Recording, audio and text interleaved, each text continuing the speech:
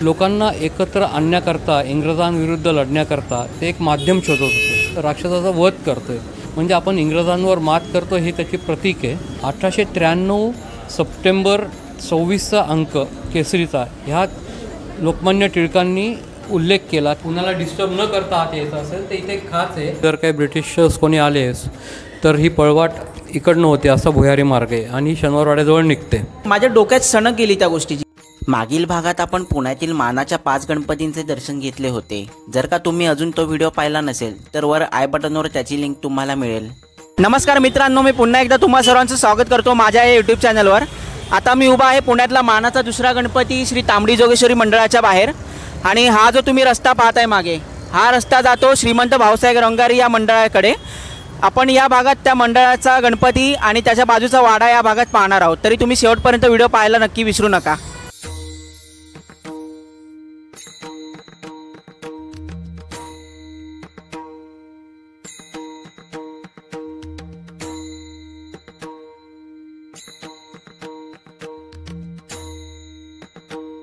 मुख्य रस्त्यापासून अगदी 2 मिनिटांच्या अंतरावर आपण भाऊ रंगारी मंडळापर्यंत पोहोचतो. मंडळाच्या परिसरात भव्य मंडप, झुंबर याच्या सजावटीने परिसराची शोभा आणखीनच वाढलेली आहे. मंडळाने यावर्षी दिल्लीतील स्वामीनारायण मंदिराची प्रतिकृती उभारलेली आहे.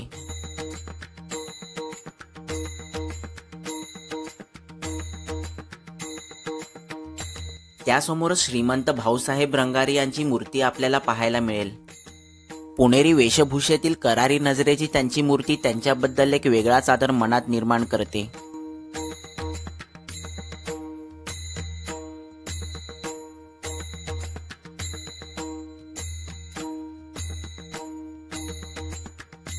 एका ठराविक उंचीवर मंडळाचा स्टेज उभारण्यात आला आहे. त्यासाठी थोड्या पायऱ्या चढून जावं लागतं. विविध कलाकृती आपल्याला या ठिकाणी पाहायला मिळतील.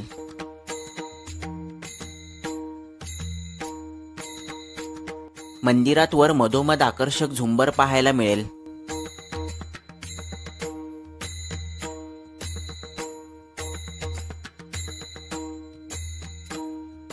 मंडपात ज्या ठिकाणी बाप्पा विराजमान आहेत त्या ठिकाणी तर डोळ्यांचं पारणं फेडणारी सजावट आपल्याला केलेली दिसेल. या ठिकाणी आल्यावर स्वर्गलोकात आल्याचा भास होतो.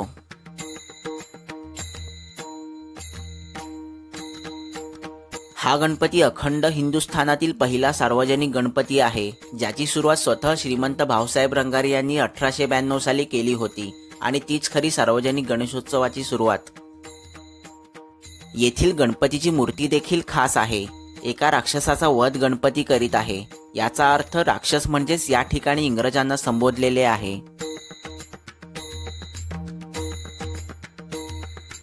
मंदिरात मूळ मूर्ती, त्यासोबतच पूजेची मूर्ती तसेच भाविकांना दर्शनासाठी चांदीची मूर्ती या ठिकाणी आहे. हे सर्व वैभव पाहून आपलं भानच हरपून जातं. आता आपण मंडळाच्या अध्यक्षांकडून मंडळाच्या स्थापनेविषयी तसेच श्रीमंत भाऊसाहेब रंगारींच्या वाड्याविषयी थोडक्यात माहिती जाणून घेऊ. नमस्कार, आता माझ्यासोबत आहे भाऊसाहेब रंगारी मित्रमंडळाचे अध्यक्ष. सर्वप्रथम आपण त्यांचं नाव आपण जाणून घेऊया. नमस्कार, मी संजीव प्रभाकर जावळे, भाऊसाहेब रंगारी यांच्या 4थ्या पिढीतला वंशज आणि सध्या भाऊसाहेब रंगारी गणपती ट्रस्टचा अध्यक्ष. तर आपण त्यांच्याकडून काही माहिती जाणून घेऊया. तर तुम्ही मला थोडक्यात या गणपतीबद्दल आणि या उत्सवाबद्दल थोडक्यात माहिती द्या ना. आत्ता आपण भाऊसाहेब रंगारी गणपतीच्या मंदिरात आहोत. माझ्या मागे जी मूर्ती आपण बघताय ही भाऊसाहेबांनी स्वतः केलेली मूर्ती आहे आणि ही कागदाच्या लगद्यापासनं आणि लाकडाच्या भुशापासनं केलेली 131 वर्षापूर्वीची मूर्ती आहे. ही जी मूर्ती आहे ही आजही आपण याची पूजा करतो आणि ही रथात असते. तो रथ पण 131 वर्षापूर्वीचा आहे. भाऊसाहेब रंगारी आणि त्यांचे त्यावेळचे पुढारी हे सगळे एकत्र आले होते 1892ला आणि लोकांना एकत्र आणण्याकरता, इंग्रजांविरुद्ध लढण्याकरता ते एक माध्यम शोधत होते. तेव्हा त्यांच्या लक्षात आलं की जर का आपण सार्वजनिक गणपती उत्सव चालू केला त्यानिमित्ताने आपण लोकांना एकत्र आणू शकतो आणि लोकांपर्यंत मेसेजेस देता येतील आणि लोकांना मोटिवेट पण करता येईल इंग्रजांविरुद्ध लढण्याकरता. हे ठेवून ध्येय ठेवून त्यांनी ही मूर्ती बनवली. ही मूर्ती आपण बघतोय की राक्षसाचा वध करतोय, म्हणजे आपण इंग्रजांवर मात करतो हे त्याची प्रतीक आहे. पहिल्या वर्षी ह्या गणपतीची स्थापना झाली, 10 दिवस आपण पूजा केली आणि 10व्या दिवशी ह्याच्याबरोबर एक छोटी मूर्ती असते जी आपण विसर्जन करतो, त्याचं विसर्जन केलं. तर 10 दिवसाच्या उत्सवानंतर मिरवणूक निघाली शेवटच्या दिवशी आणि त्याच्यानंतर 1893ला पहिल्या बैठकीला जे उपस्थित होते पुढारी ते त्यांच्या भागात जाऊन त्यांनी गणपती बसवायला सुरुवात केली. 1893 सप्टेंबर 26चा अंक केसरीचा ह्यात लोकमान्य टिळकांनी उल्लेख केला की ह्या सद्ग्रस्ताने काम केलेलं चांगलं आहे देशाकरता आणि 1894ला टिळकांनी त्यांचा गणपती बसवला. आपलं वैशिष्ट्य 1892पासून आजपर्यंत आम्ही वर्गणी मागायला कोणाकडे गेलो नाही, आम्ही स्पीकर लावत नाही आणि आम्ही गुलाल उडवत नाही. 1905 साली भाऊसाहेब रंगारी यांचं निधन झालं. त्याच्यानंतर ह्या ट्रस्टची जबाबदारी काशीनाथ ठकोजी जाधव यांनी सांभाळली. 1955च्या दरम्यान काशीनाथ ठकोजी जाधव वारले.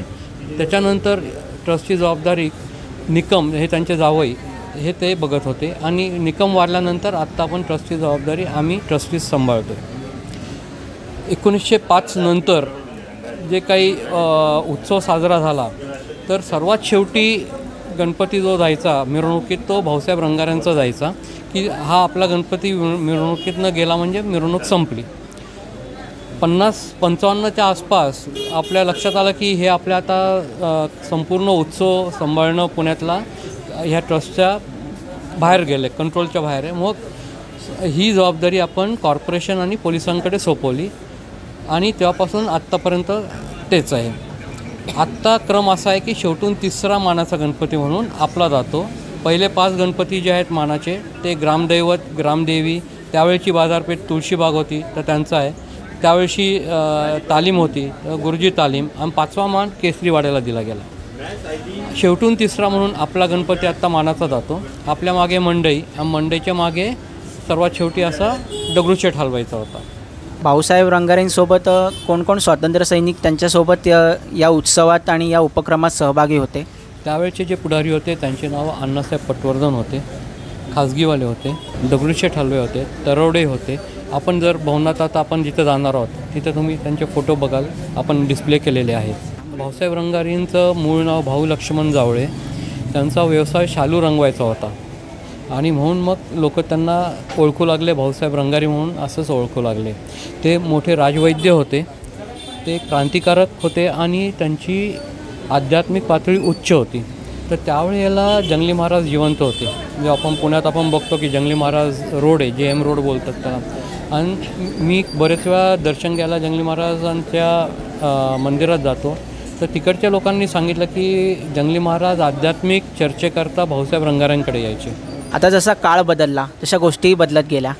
आता स्वातंत्र्य मिळून आपल्या भारताला 75 वर्ष झाले याच वर्षी. तर आपण हा उत्सव कसा साजरा केला आहे आणि कसा आता साजरा करतो आहे? कारण की आता मागील 2 वर्षापासून तर कोरोनामुळे आपल्याला उत्सवात खंड पडला असणार हे निश्चित. आणि जसा आपण धूमधडाक्यात उत्सव 2 वर्षापूर्वी साजरा करायचो तसं तुम्ही 2 वर्षात केला नसणार. तर 2 वर्ष तुम्ही कोरोनाच्या काळामध्ये कसा उत्सव साजरा केला आणि यावर्षी कार्यकर्त्यांमध्ये आणि एकंदरीत तुमच्या सगळ्यांमध्ये कशी त्याची धामधूम आहे आणि कशी उत्सुकता आहे याबद्दल थोडक्यात सांगा ना. 2 वर्ष जेव्हा करोनाचे होते तेव्हा आम्ही एक उपक्रम राबवला होता. आम्ही ऑनलाईन दर्शन दिलं होतं लोकांना आणि सांस्कृतिक कार्यक्रम दोन्ही वर्ष 1-1.5 तासाचे आम्ही प्रक्षेपित केले होते TV चॅनल्सवर. तर घरी बसून लोकांनी दर्शन घेतलं आणि त्या कार्यक्रमाचा लाभ पण घेतला. हे 2 वर्षाचं झालं. आत्ता ह्या वर्षी जर पाहिलं तर नुसतं आम्ही कार्यकर्ते गणपतीचे यांच्यात जोश आहे असं नाही, पण बाकीच्या लोकांच्यात पण एवढा जोश आहे की ह्यावेळेला नक्कीच जोरात साजरा होणार आहे गणपती उत्सव.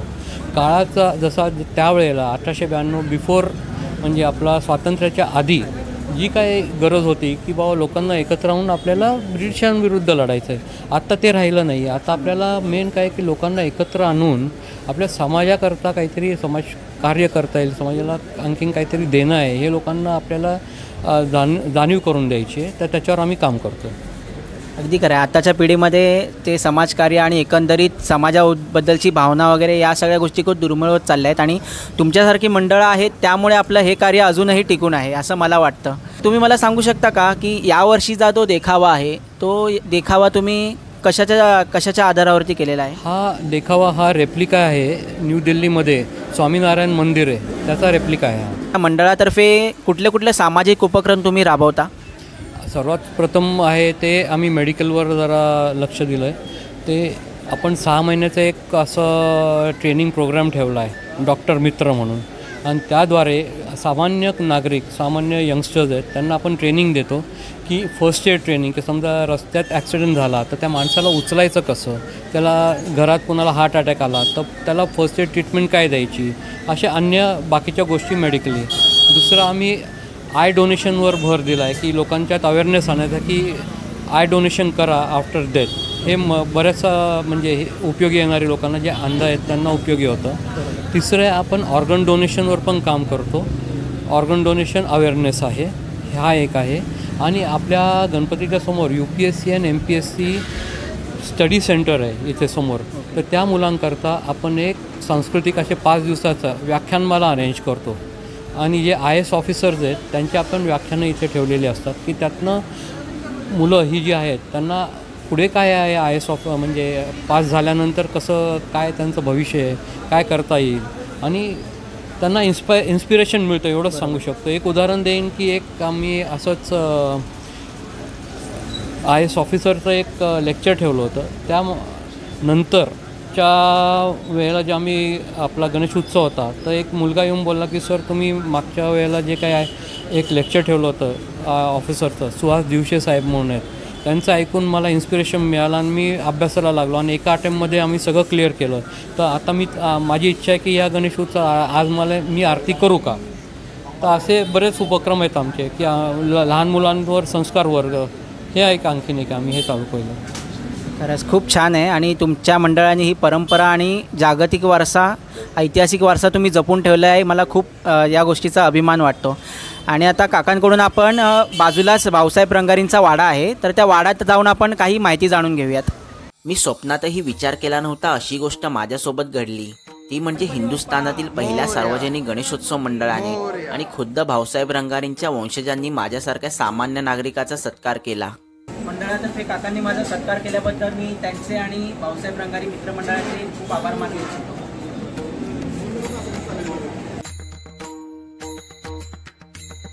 मंडळाचा गणपती जेथे विराजमान आहे त्याच्या अगदी काही पावलांवर भाऊसाहेब रंगारींचा वाडा आहे.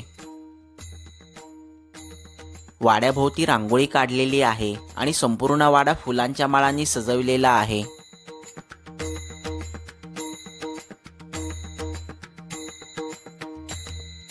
आता आपण उभे आहोत भाऊसाहेब रंगारी यांच्या वाड्यात. तर आपण आता काकांकडून काही माहिती जाणून घेऊया. तर काका, आपण आम्हाला काही आपल्या प्रेक्षकांना काही माहिती देऊ इच्छिता? ह्या वाड्यात भाऊसाहेब रंगारी राहायचे आणि हे क्रांतिकारकांचं सेंटर म्हणून हे माहिती सगळ्या प्रसिद्ध आहे. आपण या वाड्याची रचना आपण इकडनं सुरुवात करूया. जर आपण इकडे पाहाल तर ही वायर अशी गेलेली आहे. हे पूर्वी सेंट्रल लॉकिंग सिस्टम होतं की एका वेळेला 3 दरवाजे बंद व्हायचे. असं ह्या दरवाजाकडे पाहिलं तर इथे ही जी हे कडी ही अशी आपण उघडतो दरवाजा. पण समजा भाऊसाहेब रंगारी यांच्या टीममधलं कोणी आलं आणि आतमध्ये मीटिंग चालू आहे, कुणाला डिस्टर्ब न करता आत यायचं असेल तर इथे एक खाच आहे अशी हिडन की तो दरवाजा उघडू शकत असेल ते बघा इथे बाहेर न कळणार नाही. तो आत येऊन परत दरवाजा बंद करू शकेल परत कुणाला डिस्टर्ब न करता. ते इथे असं बंद.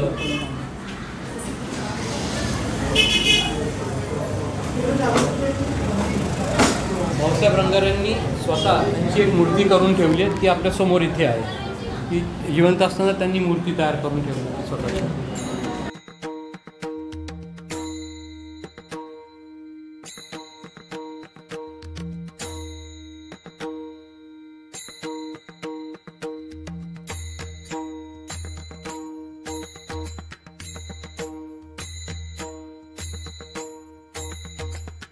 या ठिकाणी विविध कालखंडांतील माहिती त्यांच्या ऐतिहासिक पुराव्यांसोबत उपलब्ध आहेत.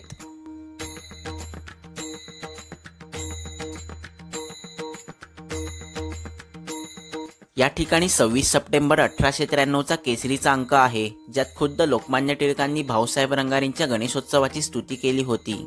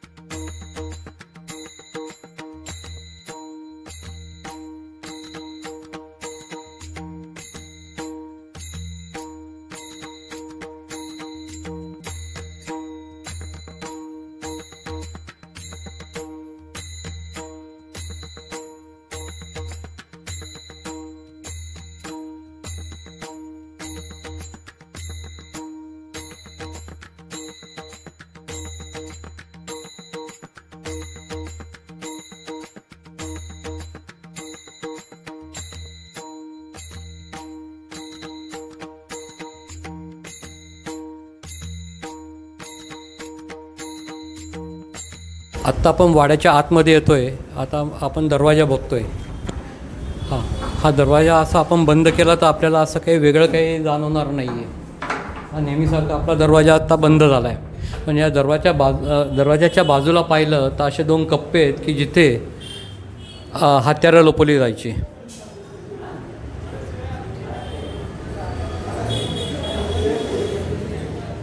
या हत्यारांच्या खुणा आपल्याला दिसत आहेत आता.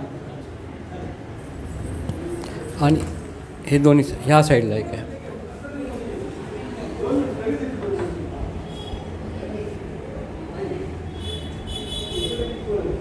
आता आपण दरवाजा पाहिला. आता त्या दरवाजाच्या शेजारी एक भुयारी मार्ग आहे की ही पळवाट म्हणून होती की जर काही ब्रिटिशर्स कोणी आलेस तर ही पळवाट इकडनं होते. असा भुयारी मार्ग आहे आणि शनिवारवाड्याजवळ निघते. भुयारी मार्गाच्या बाजूला आपल्याला एक काच दिसते जी ते आपण आत्ता ठेवलेली आहे की लोकांना कळावं की असा मार्ग इकडनं आहे म्हणून. मग हा भुयारी मार्ग पहिला बंद असायचा? नाही, भुयारी मार्ग त्यावेळेला चालू केलेला. आत्ता फक्त काय आजूबाजूला जे बिल्डिंग झाले आहेत त्यामुळे तो बुजला गेला आहे. नाही तर ही शनिवारवाड्यापर्यंत असं भुयारी मार्ग आहे. आत्ता इकडून तुम्ही साधारण एक 15 मीटर तरी आतमध्ये जाऊ शकता. आणि ह्याच्यावरती मग काय लाकडी आवरण आपण एक असं ठेवलेलं होतं, म्हणजे लाकडी एक असं कवर होतं की त्याच्यावरनं कळणार नाही की इकडनं मार्ग आहे असा. ते मागे एक बैठक आहे, तिथे आपण आत्ता चाललो आहे.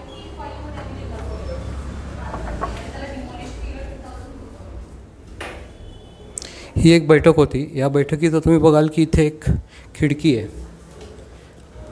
आणि सरळ समोर जर पाहिलं मागची खिडकी उघडून ती पण उघडं मागची. ह्या खिडकीतनं एकदम दरवाजा दिसतो. समोरचा एकदम एंट्रन्स दरवाजा आपल्याला दिसतो. तर जर कोणी आलं समोरनं तर ह्या इकडे मागे ह्या खोलीच्या मागे एक पळवाट आहे दुसऱ्या मागच्या साईडने की लोक पळून जाऊ शकत असं जर कोणी ब्रिटिशर आला तर. हे इकडनं अशी वाट होते. ह्या साईडने इकडे आहे. आपण बाहेर जाऊ तसंच. आता आपण इकडनं बाहेर येतोय आणि बघा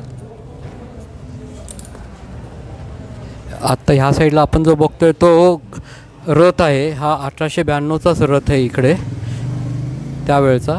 आत्ता फक्त ह्या वर्षी आपण थोडा रिपेअर करून घेतलेला आहे. रथाच्या वर जो देवारा आहे हाही त्याच वेळचा आहे.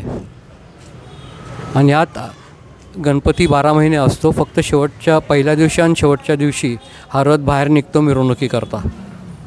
आता 10 दिवस आपण बाहेर ठेवला, नाही तर मंदिरात असायचा.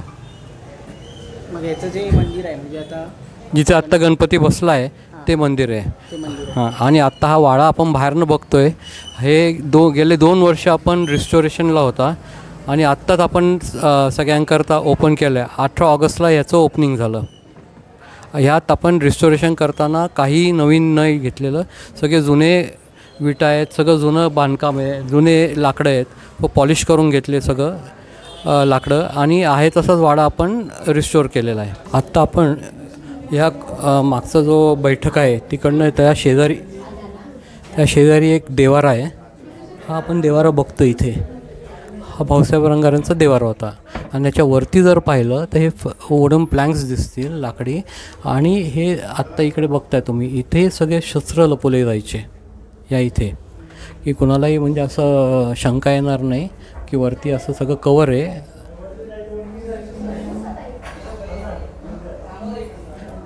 आणि ही जी शस्त्र आम्हाला इथे सापडली ती आपण वरच्या मजल्यावर डिस्प्ले केलेली आहेत आत्ता.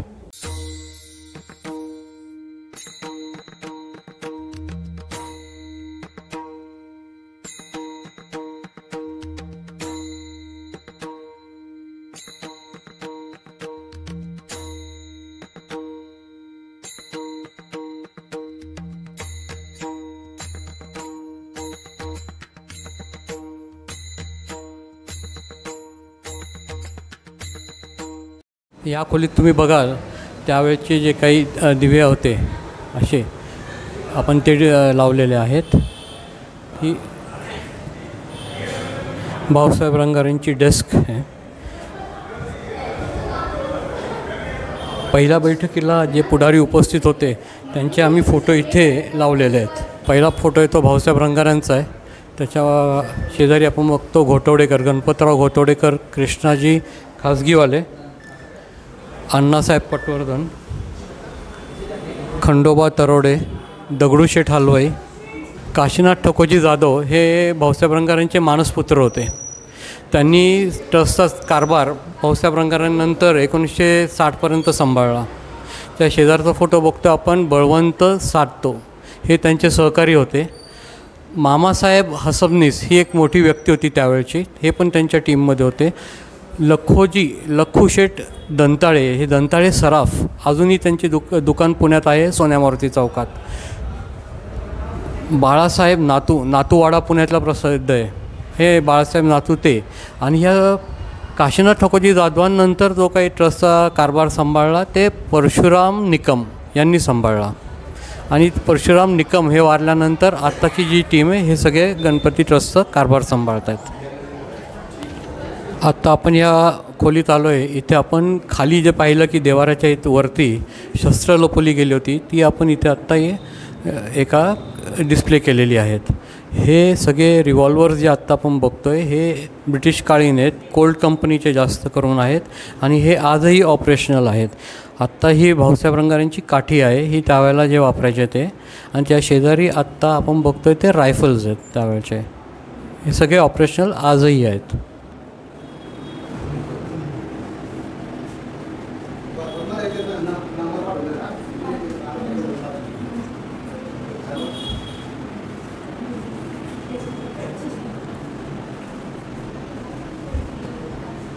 हे तलवारी आहेत, खाली गुप्ती आहे, आणि काही पिस्तूल्स आहेत. आता इथे पण काही पिस्तूल्स आहेत. त्याच्यावरनं तुम्ही बघाल की त्याच्यावर गोल्ड लिपिंग केलेलं आहे. तर ह्याच्यावरनं लक्षात येतं की हे सगळे ब्रिटिश ऑफिसर्स आहेत, त्यांच्याकडनं त्यांच्याकडनं मिळवले, हिसकावून घेतलेले आहेत, लंपस केलेले आहेत, असे आहेत. सोन्याची कलाकुसरी आपल्याला इकडे पाहायला मिळते.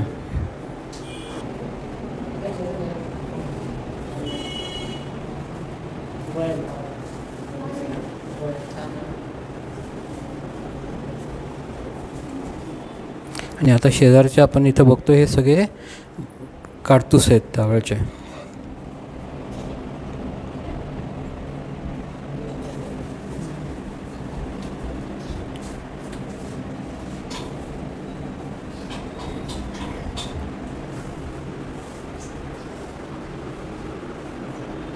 इथे बघताय ही ईस्ट इंडिया कंपनीची पेटी आहे त्यावेळची. तिचा वापर भाऊसाहेब रंगारी वगैरे त्यांची मंडळी त्यांचे काही हे शस्त्र ठेवायला वगैरे वापर केला गेला आहे. त्याच्यावर तुम्ही पाहू शकता हे लिहिलेलं आहे इंग्रजीमध्ये, ईस्ट इंडिया कंपनीचं मॅन्युफॅक्चरिंग. तर आपण म्हणतो ना की आपल्याला एखादी गोष्ट फुकटात मिळाली तर आपल्याला त्याची किंमत राहत नाही. तशीच गोष्ट आता इकडे घडलेली आहे. तुम्ही माझ्या मागे हा TV पाहू शकता. ज्यावेळेला मी इकडे त्या काकांची मुलाखत घेत होतो त्यावेळेला तुम्ही पाहू शकता इकडे उभा राहून काही कॉलेज स्टुडंट्स होते, एक 5-6 कॉलेज स्टुडंट्स होते, मुलं मुली सगळे मिळून. ते लोक काय माहिती टाईमपास करण्यासाठी आलेले असतील का गणपती बघण्यासाठी आलेले असतील काय माहिती नाही. आता कसं शुक्रवार आहे, आज कॉलेजचा दिवस आहे, त्यामुळे कॉलेज बंक करून पण आले असतील. पण त्या लोकांनी एक गोष्ट बोलली ना, ती माझ्या खूप डोक्यात गेली. ती म्हणजे ते लोक म्हणाले की इकडे बसून भाऊसाहेब रंगारी आणि इतर सर्व मंडळी इकडे बसून टी व्ही बघत असतील. तेव्हा त्या काकांनी त्या लोकांना एवढा झापलाय की खरंच विचारू नका. म्हणजे माझ्या डोक्यात सणक गेली त्या गोष्टीची की बाबा आपण काय म्हणून विचार केला असणार या गोष्टीचा, की आजकालच्या पिढीला काही राहिलंच नाही कुठल्या गोष्टीचं देणं घेणं, आपल्या इतिहासाची देणं घेणं नाही, संस्कृतीची देणं घेणं नाही. वेस्टर्न कल्चर फक्त ह्यांना पाहिजे, बाकी काही नको आहे. आपली संस्कृती दिसत नाही, आपला धर्म दिसत नाही आहे किंवा आपलं इतर काही दिसत नाही, फक्त मौज मजा ऐशो आराम एवढंच या लोकांना पाहिजे. तर बाबांनो, मला हीच तुम्हाला कळकळीची विनंती करायची की बाबा या लोकांनी, या थोर लोकांनी एवढं राबलं, एवढं कष्ट केलं, यांनी प्राणांची आहुती दिली, म्हणून आपल्याला हे दिवस पाहायला मिळतात, म्हणून आपल्याला स्वातंत्र्य मिळतं आहे. त्यामुळे ते टिकवायचं असेल, ते जपायचं असेल तर त्यांची कदर राखा, त्यांचं आत्मसन्मान राखा. एवढंच मला माझ्या चॅनलच्या माध्यमातून तुम्हाला म्हणायचं आहे. मी एक गोष्ट येथे अभिमानाने सांगू इच्छितो की भाऊसाहेब रंगारी हे ज्या भावसार समाजाचे होते, मी देखील त्याच भावसार समाजात येतो. आमच्या भावसार समाजाची देवी श्री हिंगुलांबिका ही देवी सतीचं रूप आहे आणि तिचं मूळ स्थान हे पाकिस्तानातील बलुचिस्तान या प्रांतात आहे. सोलापुरात सुद्धा श्री हिंगुलांबिका देवीचं एक मंदिर आहे. जर का तुम्हाला त्या शक्तिपीठाबद्दल आणि भावसार समाजाबद्दल अधिक माहिती हवी असेल तर त्यावर मी मागे एक सविस्तर व्हिडिओ बनवलेला होता, त्याची लिंकवर तुम्हाला आय बटनवर मिळेल. वाडा पाहून आणि माहिती घेऊन झाल्यावर या वाड्याच्या पहिल्या मजल्यावरील गॅलरीत येऊन उभा राहिलो. त्यावेळीची परिस्थिती कशी असेल, कशा बैठका होत असतील, अगदी चलाखीने केलेल्या एक गोष्टींचं नियोजन यांच्या विचारात मी हरवून गेलो.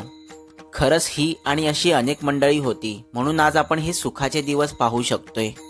आता आपण या लोकांच्या बलिदानाची किंमत ओळखून भारताला जागतिक महासत्ता कसं बनवता येईल त्यासाठी प्रयत्नशील असणं गरजेचं आहे. हा भाग कसा वाटला ते खाली कमेंट बॉक्समध्ये अवश्य कळवा. आणि जर का तुम्हाला हा माझा व्हिडिओ आवडला असेल तर तुम्ही माझ्या व्हिडिओला लाईक करा, माझ्या चॅनलला सबस्क्राईब करा आणि बेल बटनसुद्धा अवश्य दाबा.